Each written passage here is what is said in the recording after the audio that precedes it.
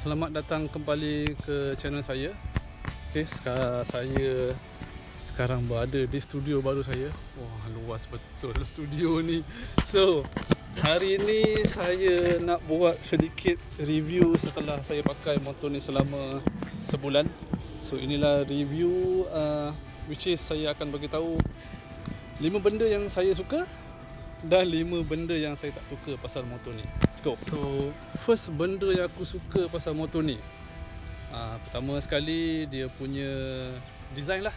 So, design sebab apa aku cakap aku suka? Sebab design dia memang klasik gila lah. Dia macam design ala CG125 macam tu lah, lebih kurang lah kan. Right, so sebab dia punya design yang tangki macam ni ke depan macam ni, handle macam ni, lepas tu tayar dia boleh masuk tayar besar macam tu. So antara salah satu sebab first kali aku suka motor ni ialah design dia. Design dia yang retro. Design yang retro macam ni memang aku suka, memang aku mencari lah. Dan yang kedua, kita cerita yang kedua pula. Yang kedua, size dia. Size dia saya suka because very proportional. Dia tak terlalu besar dan dia tak terlalu kecil. Untuk aku yang tinggi 172cm ni memang sesuai sangat lah. Untuk 150cc size macam ni memang bagi aku just nice. Benda yang ketiga aku suka pasal motor ni, walaupun dia motor dia design klasik, apa yang aku suka ialah motor ni ada gear indicator. Selalunya kalau segmen motor-motor klasik macam ni susah sikit nak dapatkan dia gear indicator. Walaupun yang jenis yang mahal, nak dapatkan motor klasik yang ada gear indicator ni agak susah. So bagi aku inilah satu advantage. So senang, kalau kau start dekat traffic jam apa ke, kau tahulah kau masuk kat gear berapa kan. So itu salah satunya aku suka pasal motor ni. Yang keempat aku suka motor ni sebab tangki dia yang besar. Okay, tangki dia besar 11.4. Setakat ni aku pernah isi minyak RM19, RM20, masih tak penuh. Kalau silap aku, daripada member lain yang cakap motor ni tangki dia boleh pergi full tank sampai RM27. So tangki dia besar, so baguslah untuk perjalanan yang jauh kan. Tak payahlah kau nak isi minyak banyak kali je. Alright, okay. So benda yang terakhir aku suka pasal motor ni, dia punya exhaust. Exhaust dia bukan sahaja daripada design dia yang macam straight pipe ni, satu lagi sebab bunyi dia. Bunyi dia memang sedap. Bunyi dia tu memang ikut karakteristik motor ni, which is motor klasik. Mestilah exhaust kuat kan. Takkan motor klasik bunyi macam motor kapcai standard kan, bunyi yang sangat senyap. So kalau bunyi exhaust senyap memang macam tak berapa nak, orang cakap apa, tak ngam lah kan untuk motor macam ni kan. Kita dengar sekali lagi macam mana bunyi motor ni. Ni dia bunyi exhaust standard dalam keadaan idle. Bunyi ni memang sedap. Aku memang suka sangat bunyi exhaust ni. Kalau kita rem sikit, memang best lah.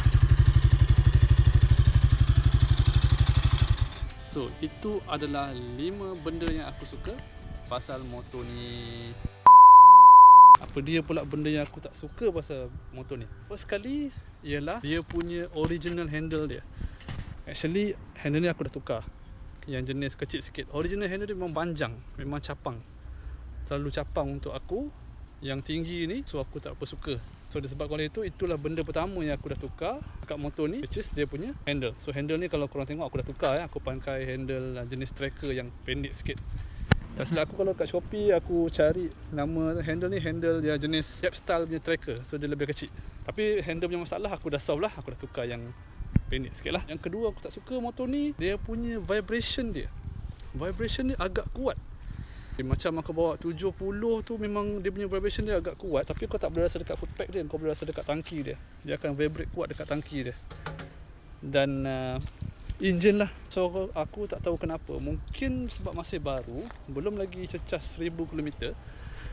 Nanti kita tunggu, mungkin dah selepas 1000km kita cuba tukar minyak hitam dia dan kita tengoklah adakah masalah itu akan berlarutan. Kalau masih vibrate, saya akan cuba tukar sprocket supaya dia tak terlalu mengerang sangat bila dalam middle rev. Nombor 3 yang aku tak tak suka, dia tak ada radiator. So bila tak ada radiator, motor ni kalau long distance kena selalu berhenti lah maksudnya. So untuk mengelakkan engine overheating, dia betul-betul klasik. Dia menggunakan sistem air cool, di mana penyukan enjin tu berlaku apabila kita bawa motor. Okay, so sebab tu lah gunanya sirip-sirip ni ialah untuk merembeskan haba daripada blok enjin. Kalau ada radiator okey juga kan, dengan harga yang dia tawarkan. Kalau ada radiator kecil pun okey lah, at least jalan jauh tu taklah terasa macam kejap nak berhenti kan. So itu yang ketiga, benda yang aku tak suka pasal motor ni.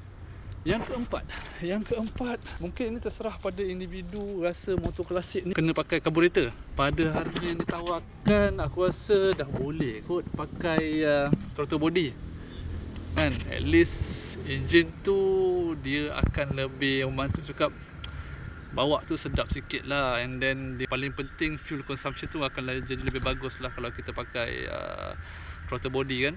Dengan harga yang ditawarkan tu, rasanya dah boleh pakai yang jenis fuel injection. Untuk pengetahuan korang, motor ni kalau dekat Thailand dah ada fuel injection punya version. So harga dia lebih mahal sedikit lah. Tapi sayangnya tak tahu Malaysia akan keluar atau tidak. So itu saya tak tahu. Last kali benda yang saya tak suka pasal motor ni, dia punya double stand. Double stand dia memang susah gila kita nak angkat. Tak tahu, mungkin sebab dia punya kedudukan double stand dia tu terlalu ke belakang atau macam mana, saya tak pasti. Sebab bila saya nak double stand motor ni memang sangat berat. Memang berat gila. So itulah benda yang terakhir sekali saya tak berapa gemar motor ni. So itulah dia 5 benda yang aku suka dan 5 benda yang aku tak berapa nak suka pasal motor GPX Legend 150 ni. Right? Tapi of course lah, overall aku memang minat motor ni lah. So kalau tak minat, kenapa aku beli kan? Kepada korang yang baru nak berjinak nak beli motor jenis macam ni, right, boleh survey dulu, boleh riki dulu. Kalau ada kawan-kawan yang pakai, boleh try bawa test ride dulu, feel dulu. Kalau saya suka, ambil lah. Motor pun kotor gila ni. Kita jalan kat area Kalang Jaya ni memang kotor, lepas hujan. So kalau korang ada apa-apa soalan, boleh drop komen kat bawah. Soalan apa-apa pasal motor ni, nanti saya akan cuba reply lah. Kepada korang yang belum tengok lagi video yang pertama pasal motor ni, korang boleh klik dekat atas. First impression saya pasal motor ni lah. Alright, so itulah dia. Saya bersama motosikal GPX Legend 150. Terima kasih kerana menonton channel saya. Jangan lupa share, jangan lupa subscribe dan like. Terima kasih banyak-banyak. See you in the next video.